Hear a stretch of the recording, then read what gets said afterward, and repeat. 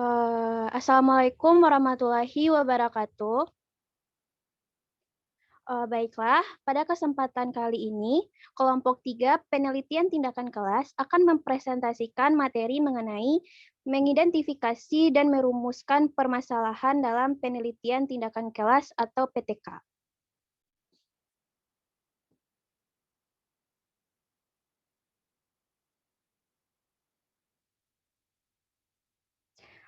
Sebelumnya, anggota kelompok 3 yaitu yang pertama Citra Anggun Anissa dengan NIM 20031130, yang kedua Nabila Apriliani dengan NIM 20031085, dan Zaharafina dengan NIM 20031040.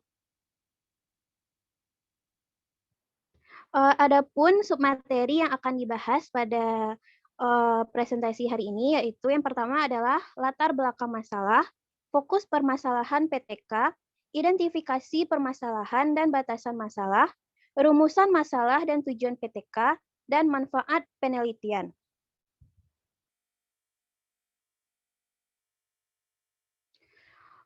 Untuk pembacaan materi pertama akan dibacakan oleh Citra Anggun Anissa. Kepada Citra Anggun Anissa dipersilakan.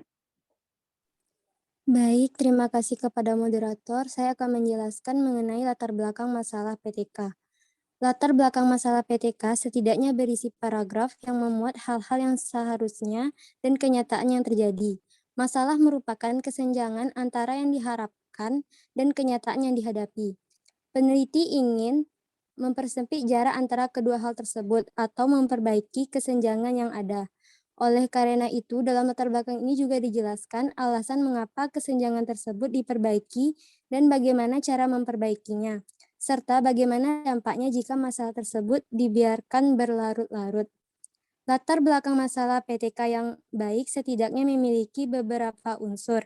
Yang pertama, kondisi ideal di dalam kelas atau pembelajaran yang diharapkan oleh guru atau peneliti. Yang kedua, kenyataan yang saat ini sedang terjadi yang dihadapi oleh guru atau peneliti. Selanjutnya, yang ketiga, kesenjangan antara kondisi ideal dengan kenyataan yang dihadapi beserta penyebab munculnya kesenjangan tersebut. Penyebab munculnya masalah ini disebut juga dengan akar masalah.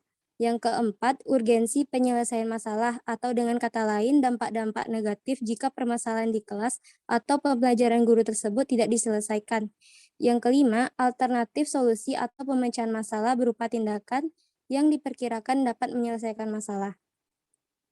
Jika kelima hal tersebut termuat dalam latar belakang masalah sebuah peneliti tindakan kelas, maka latar belakang tersebut dapat dikatakan baik. Selanjutnya, fokus permasalahan PTK. Fokus penelitian tindakan kelas adalah tahapan yang merasakan adanya masalah dalam pembelajaran. Masalah merupakan kesenjangan antara harapan dan kenyataan. Dengan kalimat yang lebih sederhana, dapat dijelaskan bahwa masalah merupakan keadaan atau situasi yang berdasarkan kriteria tertentu, tidak memuaskan pikiran dan perasaan yang mendorong seseorang untuk mencari solusi. Sekian, saya kembalikan kepada moderator. Baik, terima kasih kepada Citra Anggun Anissa. Untuk pembacaan materi selanjutnya akan dijelaskan oleh Zahara Vina. Kepada Vina dipersilahkan. Baik, terima kasih kepada moderator. Saya melanjutkan menjelaskan materi mengenai identifikasi permasalahan dan batasan masalah. Yang pertama itu identifikasi masalah. Identifikasi masalah tidak selalu ada dalam laporan PTK bab 1. Ada tidaknya tergantung kebutuhan untuk memaparkan ragam masalah yang ditemukan. Tujuannya untuk mengenal lebih rinci masalah-masalah yang ditemukan dalam kondisi nyata, dan ada satu masalah yang ditentukan atau dipilih untuk menjadi fokus perhatian. Nah, identifikasi masalah ini umumnya berupa pertanyaan atau pernyataan. Yang kedua itu banyaknya pertanyaan atau pernyataan lebih dari satu. Yang ketiga, ciri-cirinya banyaknya pertanyaan atau pernyataan lebih banyak dari banyaknya rumusan masalah. Yang keempat, kalimat tanya atau pernyataan dimulai dari yang kompleks atau holistik sampai yang spesifik atau atomistik. Yang selanjutnya, kalimat tanya tersebut tidak harus dijawab karena hanya sebagai identifikasi masalah. Yang terakhir, kalimat tanya atau pernyataan tersebut harus mengacu atau mengandung variabel pada masalah pokok. Yang selanjutnya yaitu pembatasan masalah. Diperlukan adanya pembatasan masalah agar penelitian lebih fokus. Secara umum, kalau dicantumkan identifikasi masalah, maka harus diiringi dengan pembatasan masalah. Adapun gunanya untuk langkah awal, membatasi banyaknya variabel yang diteliti. Variabel apa saja? Kemudian membatasi atau menjelaskan variabel terikat. Misalnya untuk siswa mana, kelas berapa, semester kapan, tahun kapan, materi apa, dan sebagainya.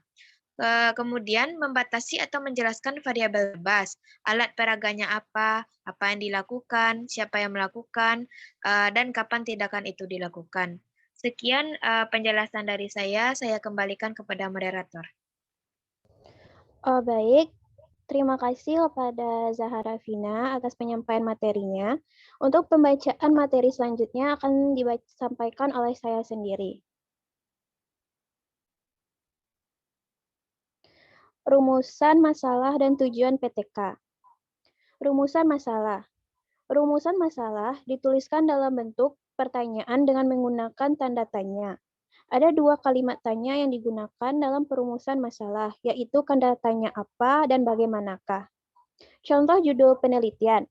Upaya meningkatkan hasil belajar matematika siswa melalui model pembelajaran problem-based learning di SMA Negeri X. Maka rumusan masalahnya dapat ditulis dengan dua cara, yaitu apakah model problem-based learning dapat meningkatkan hasil belajar matematika siswa di SMA Negeri X?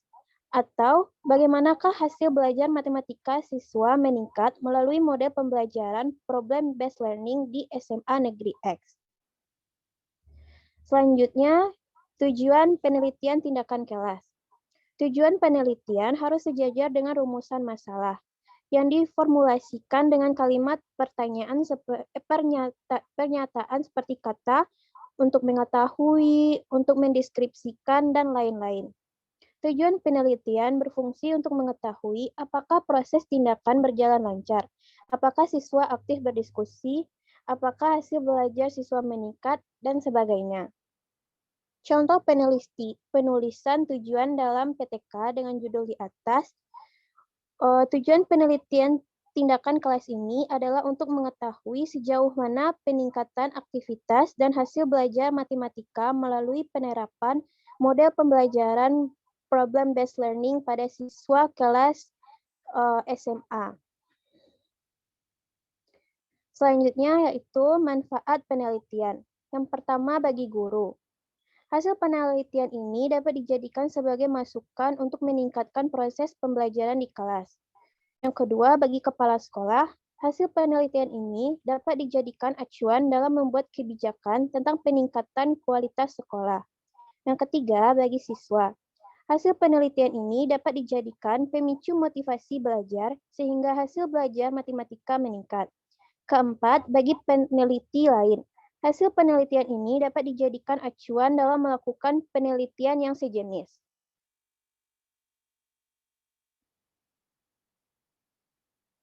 Baik, sekian presentasi dari kelompok 3 penelitian tindakan kelas. Saya sebagai moderator mengucapkan terima kasih atas perhatiannya dan meminta maaf apabila terdapat kesalahan dan kekurangan. Saya sudahi dengan wassalamualaikum warahmatullahi wabarakatuh.